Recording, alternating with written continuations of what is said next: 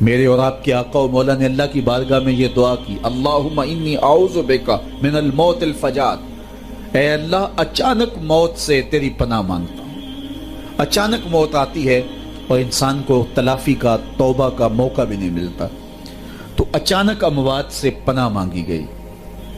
تو حضرت اسرائیل سے عہد لے لیا حضرت یعقوب علیہ السلام نے کہ میری روح قبض کرنے کے لیے اچانک نہیں آنا، پہلے کو قاصد بھیج دینا۔ اللہ کے نبی تھے، ان سے وعدہ کر لیا۔ حضرت اسرائیل ایک عرصے کے بعد حاضر ہوئے، پوچھا کدھر آئے ہو؟ کہا قبض روح کے لیے آیا ہوں۔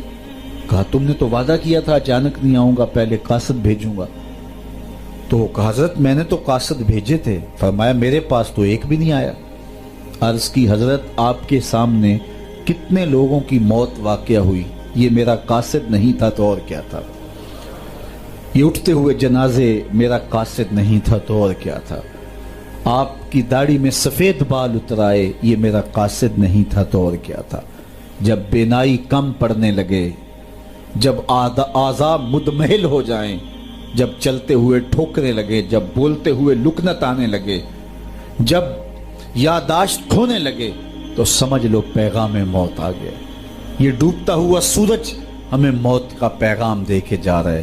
دیکھو کیسا بھنگ پن تھا، کیسی دوپہر تھی، کیسی کرنوں کی تمازت اور حدت، شدت اور گرمی تھی، لیکن آج درد غروب سے زرد ہوا جا رہا ہوں۔ اتنی بڑی کائنات، اتنا بڑا منبع نور کا جو آسمان کے اوپر جگمگا رہا ہوتا ہے، درد غروب سے وہ بھی زرد ہو جاتا ہے۔ دیگر تے دن گیا محمد، اوڑک نو ڈوب جانا۔ تو یہ ہمیں پیغام دیتا ہے میاں تم بھی جا رہے ہو۔ یہ پھیلے ہوئے قبرستان بتاتے ہیں۔ حضرت سیدنا غوث اعظم رضی اللہ تعالیٰ عنہ فرماتے ہیں جاؤ قبرستانوں میں جا کے دیکھو کیسے کیسے حسینوں کی مٹی خراب ہو رہی ہے۔ جو بدن پہ چٹکی بھی نہیں پڑنے دیتے تھے مٹی کی، آج ان کے کفن بھی تار تار ہو گئے ہیں۔ یہ ڈوبتا سورج، یہ اٹھتے جنازے، یہ پھیلی ہوئی قبریں، یہ بڑھاپا، یہ بالوں کی سفیدی، یہ کمر کا خم، یہ آنکھوں کی بینائی کا کم پڑ جانا، یہ اعضاء کا مدمحل ہو جانا، یہ چلتے ہوئے ٹھوکنے لگنا، بولتے ہوئے لکنت لگنا، یہ سب کچھ موت کا پیغام ہے۔ حضرت عمر بیٹھے تھے دربار میں، ایک شخص آ کے کھڑا ہو گیا، یا عمر لا تنسا موتک، عمر اپنی موت کو نہیں بھولنا۔ حضرت عمر یوں کانپتے ہیں جس طرح بید کی شاخ کانپتی ہے۔ اللہ اکبر۔ کہا میاں روز آ جایا کر اور مجھے روز یہ میسج دے دیا کر۔ بھری بزم میں وہ آ کے کہتا ہے عمر موت کو نہیں بھولنا۔ مہینے کے بعد مشاہرہ بھی دیتے ہیں۔ ایک دن آیا، اس کا شکریہ ادا کیا، مشاہرہ دیا، آج کے بعد نہیں آنا۔ مجھ سے کوئی گستاخی ہو گئی؟ نہیں۔ کوئی اور شخص آنے لگا؟ نہیں۔ تذکیر موت کی ضرورت نہیں رہی؟ فرمایا نہیں۔ تو پھر مجھے چھٹی کیوں دی جا رہی ہے؟ تو حضرت عمر روئے، داڑھی پہ ہاتھ رکھا، ایک بال الگ کر کے کہا یہ دیکھ میری داڑھی میں سفید بال آ گیا، اب تیرے آنے کی ضرورت نہیں ہے، یہ بال ہی مجھے چین سے نہیں بیٹھنے دے گا۔ ہماری تو پوری داڑھی بھی سفید ہو جائے نا۔ میاں صاحب بولے ہڈیاں کمبن، گوڈے کھڑکن تے اڑ گیا لک تیرا، اجے بھی بدیوں باز نہ آئوں، جیو مرد دلیرا، فما اصبرہم علی النار۔ اللہ قرآن میں فرماتا ہے لوگوں کا آگ پہ کتنا حوصلہ ہے، کتنا حوصلہ ہے لوگوں کا آگ پہ۔ کہتے ہیں دیکھو دیکھی جائے گی، کہتے ہیں دیکھ لیں گے۔ کوئی کہتا فلاں بخشا گیا تو میں بھی بخشا جاؤں گا، کوئی کہتا یہ جہاں مٹھا اگلا کس نے ڈٹھا، جاؤ قبرستانوں میں پوچھو دیکھا ہے کہ نہیں دیکھا ہے، کتنے کتنے حسینوں کی مٹی خراب ہو رہی ہے۔ تو قبل اس سے کہ وہ وقت آئے کوئی حجت باقی نہ رہے، مجھے اور آپ اپنی زندگی کو اللہ کے حضور سپرد کرنا ہے، اور موت کا ذائقہ ہر ایک نے چکھنا ہے قبل اس سے کہ وہ وقت آ جائے اور پھر پچھتاوا ہو۔ آج میں اور آپ اپنی زندگی کو اللہ کے حضور پیش کرنے سے پہلے اپنے آپ کو تیار کریں۔ دو چیزیں دل کا زنگ اتارتی ہیں، کثرت کے ساتھ موت کی یاد اور قرآن مجید کی تلاوت۔ ادارت المصطفیٰ کی فکر لوگوں کو معاد سے جوڑنا اور کتاب اللہ سے ان کو مربوط کرنا ہے، اور اسی فکر کے اوپر ملک کے بلکہ دنیا کے ایک ایک گوشے پہ اس پیغام محبت کو پھیلایا جا رہا ہے، تاکہ اگر ہم اپنے دلوں کو مصفہ کرنا چاہیں، اپنے باطن کی پاکیزگی اور طہارت کا ساماں کرنا چاہیں، تو ہمیں یہ کرنا ہوگا۔ اور یہ نسخہ دلوں کی پاکیزگی کا، دلوں کی صفائی اور ستھرائی کا یہ ہمارا کوئی ایجاد کردہ نسخہ نہیں ہے، یا کسی سنیاسی بابے کا نسخہ نہیں ہے، یہ دل و قلب و نگاہ کے مرشد اولین کا بتایا ہوا نسخہ ہے، دلوں کے طبیب کا بتایا ہوا نسخہ ہے کہ اگر آپ اپنے دل مصفہ کرنا چاہیں، باطن صاف کرنا چاہیں، تو قرآن مجید کی تلاوت اور کثرت کے ساتھ موت کی یاد یہ تمہارے دلوں کو پاک کر دے گی۔ ایک انصاری جوان کا وقت آخر آیا تو پہلے یہ ہوتا تھا کہ جب کوئی بیمار ہوتا اور مرض موت میں مبتلا ہوتا تو اس کے اہل خانہ حضور کو بلا کے لے جاتے، حضور اس کے پاس تشریف رکھتے، پھر اس کی موت واقع ہوتی، پھر اس کی تجہیز و تکفین ہوتی، پھر جنازہ ہوتا، قبر میں اتارتے، پھر حضور آتے۔ یہ ابتدائی دور کی بات ہے، لیکن جب حضور علیہ السلام کی مصروفیات بڑھنے لگیں تو لوگوں نے کہا کہ آپ تکلیف دیتے ہو حضور کو۔ صحابہ نے آپس میں طے کیا کہ جب کوئی شخص فوت ہو جائے تو پھر حضور کو بتانا چاہیے، تو پھر جب کوئی فوت ہو جاتا تو پھر حضور کو بتاتے، حضور ان کے ہاں تشریف لے جاتے۔ لیکن پھر اور زیادہ مصروفیت ہوئی تو کہا حضور کو جنازے کا بتانا چاہیے، پھر جنازے کا بتاتے، پھر اور کار نبوت کی اہم ذمہ داریاں اور نظم پھیلتا چلا گیا، تو پھر صحابہ نے آپس میں مل کے طے کیا کہ جنازے کا بھی نہیں بتائیں گے، بلکہ جنازہ اٹھا کے حضور کی چوکھٹ پہ لے آئیں گے، اور پھر جنازہ اٹھا کے لے آتے۔ یہ باب البقیع سے باہر جو جگہ خالی پڑی اور جنت البقیع کے درمیان جو جگہ ہے، یہاں لا کے جنازہ رکھا جاتا ہو۔ حضور کے دور میں سارے جنازے یہاں ہوتے تھے، تو پھر جنازہ لایا جاتا، حضور سے عرض کیا جاتا اور حضور حجرہ انور سے نکل کے جنازہ پڑھا دیتے۔ تو یہ ابتدا کی بات ہے، تو حضور پہلے ہی تشریف لے جاتے۔ تو وہ انصاری جوان کا وقت آخر تھا اور آقا کریم علیہ السلام اس کے سرحانے بیٹھے تھے، تو اسرائیل علیہ السلام روح قبض کرنے کے لیے آئے۔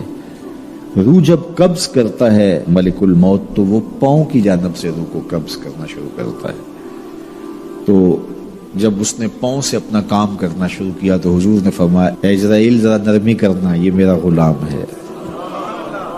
تو اسرائیل نے جو جواب دیا، میرے والد گرامی جب یہ حدیث بیان کرتے تھے تو ان کے آنسو نہیں تھمتے تھے۔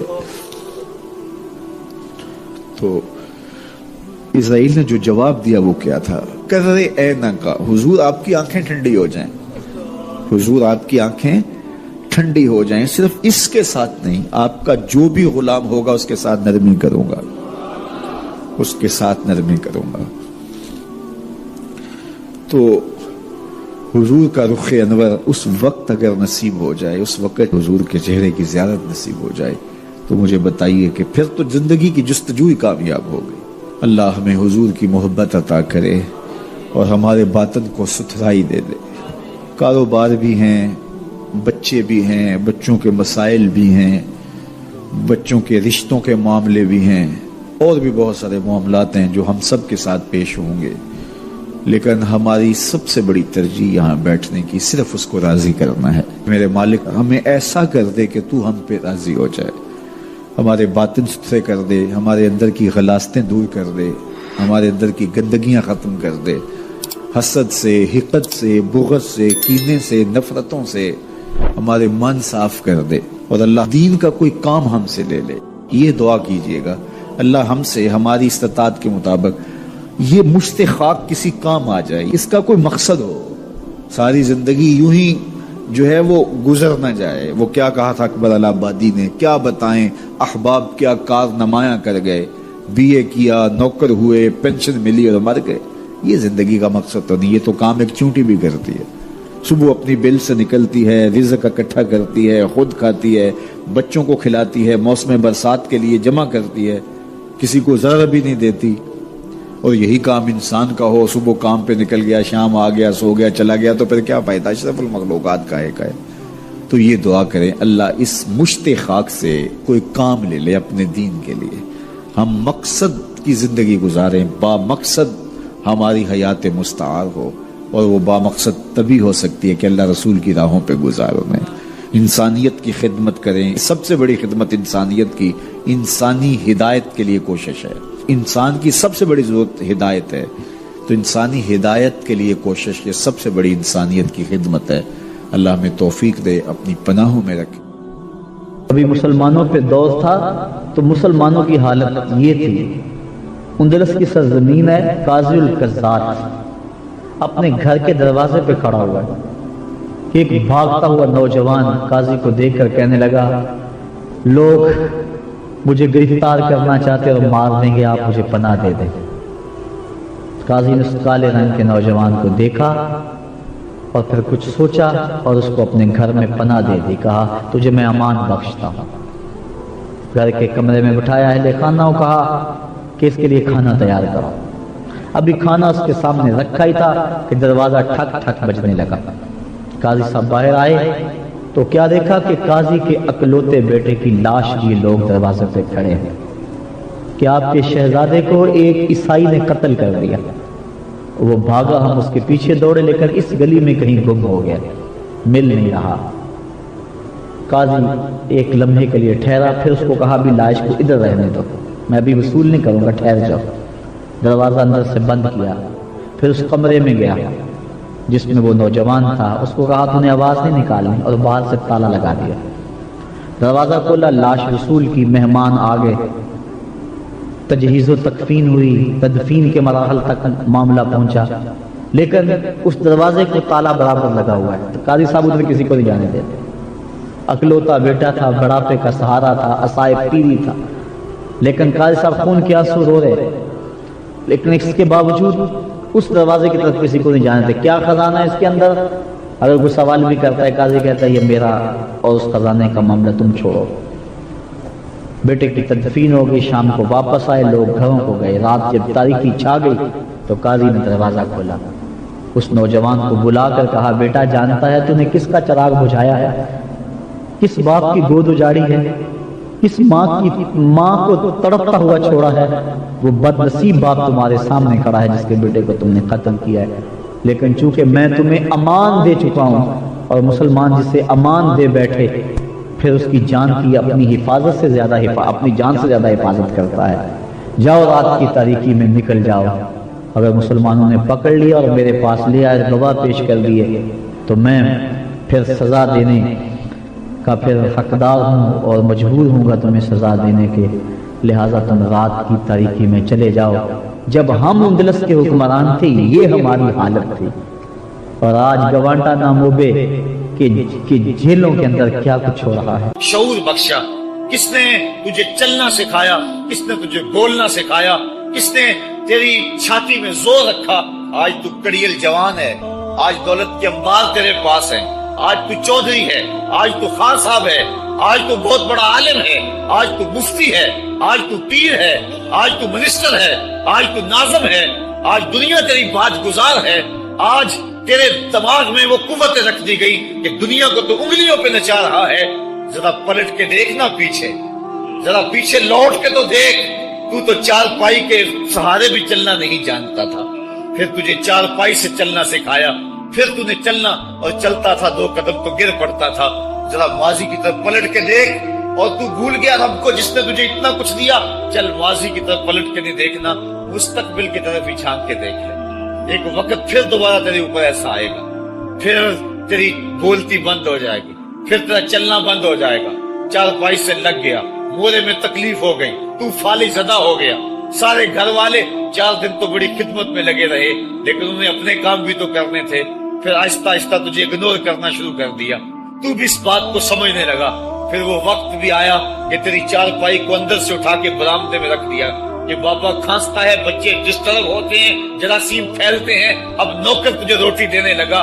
شام کو بیٹا آتا ہے، 2 لمحے کھڑا ہوتا ہے، پھر اپنے بیڈ روم میں چلا جاتا ہے، تو اس کی صورت کو ترستا رہتا ہے۔ آج تیری زندگی اجیرن بن گئی، پھر تیرے اوپر ایسے حملے بیماریوں کے ہوئے، ایسی تکلیفیں ہوئیں، بول و براز بھی اوپر، لوگ ناک پہ کپڑا رکھ کے تجھے اٹھاتے ہیں۔ اس وقت تو اپنی زندگی سے تنگ آ گیا، تو کہتا ہے ڈاکٹر کو لگا زہر کا ٹیکہ، مجھے موت آ جائے۔ بتا ہم تجھے موت بھی نہ دیتے تو کیا کرتا؟ ہم نے تجھے زندگی دی تھی، یہ ہمارا احسان، اور اب تمہیں موت اگر دیں گے تو یہ بھی ہمارا احسان ہے۔ اگر تو تڑپتا تھا، تیری زندگی جو ہے وہ اجیرن بن چکی تھی، سارے تجھ سے تنگ آ گئے تھے، تیرے بیٹے بھی کہتے دعا کرو اللہ بابے کو پردہ دے دے، سارے تیرے پردہ مانگ رہے تھے، اب بتا کہ ہم تجھے پردہ بھی نہ دیتے تو کیا کرتا؟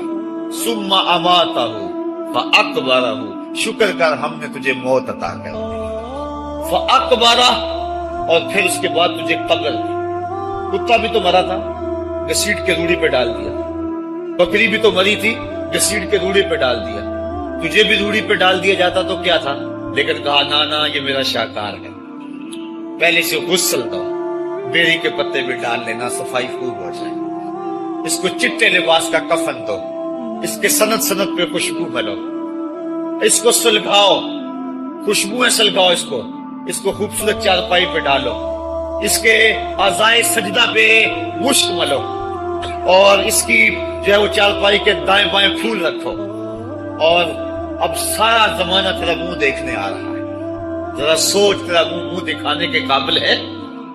اور پھر کہا اب اس کو اٹھاؤ قبرستان میں لے چلو، زمانہ آ گیا، تو آج دولہا بنا ہوا ہے اور زمانہ تیری برات بنی ہوئی ہے، اور کہا کہ ایک آدمی نہ اٹھائیں، اس کا پروٹوکول ہے، اس کو 4 آدمی اٹھائیں، کندھا بھی بدلتے رہے، کہا زیادہ تیز بھی نہ چلنا، میرے شاہکار کو کہیں جھٹکا نہ لگے، اور پھر تیرا پروٹوکول امام کعبہ بھی ہو تو وہ پیچھے ہے، تیری لاش آگے، تو نے ہمارے ساتھ کیا کیا، ہم نے تیرے ساتھ کیا سلوک کیا، یا ایھا الانسان ما غرک بربک الکریم، ہم نے کہا اس کے لیے چھوٹا سا گھر بنا دو، اور اس کے اندر پردے میں اس کو رکھ کے اوپر سے مٹی ڈال دو، اوپر پھول ڈال لو، اور پھر اتنی دیر تک کھڑے رہو جتنی دیر تک اونٹ کو ذبح کرتے ہیں، اس کی کھال ادھیڑتے ہیں، اس کا گوشت بناتے ہیں، پھر اس کو تقسیم کرتے ہیں، اور پھر آؤ تو دعائیں شروع کر دو، کبھی کل کی محفل سجا دو، کبھی 10ویں کی، کبھی چہلم کی۔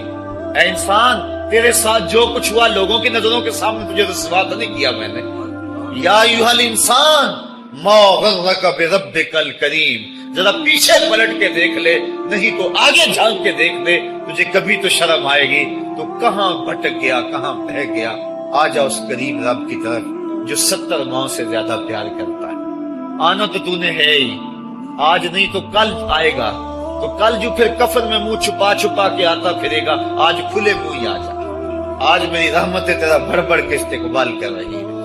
روبی بن حراش ایک بزرگ ہوئے اور تابعی ہیں، تابعی وہ تھا جس نے صحابی کو دیکھا، ساری زندگی ان کے چہرے پہ مسکراہٹ نہیں آئی، وہ کہتے تھے کیا خبر میرا انجام کیا ہوگا۔ شیخ سعدی فرماتے جب تو دنیا پہ آیا تھا نا تو روتا تھا، یہ سارے ہنستے تھے۔ بچہ جب پیدا ہوتا ہے تو اور اس کا رونا اس کی زندگی کی دلیل ہے، جب تک بچہ چیختا نہیں سارے پریشان ہوتے ہیں، آواز نہیں آ رہی، پتہ نہیں زندہ ہے کہ جو ہے وہ گوشت کا لوتھڑا ہے۔ جب بچہ چیختا سارے خوش ہو جاتے ہیں، مبارکیں دیتے ہیں، مٹھائیاں بانٹتے ہیں، تو اس کا رونا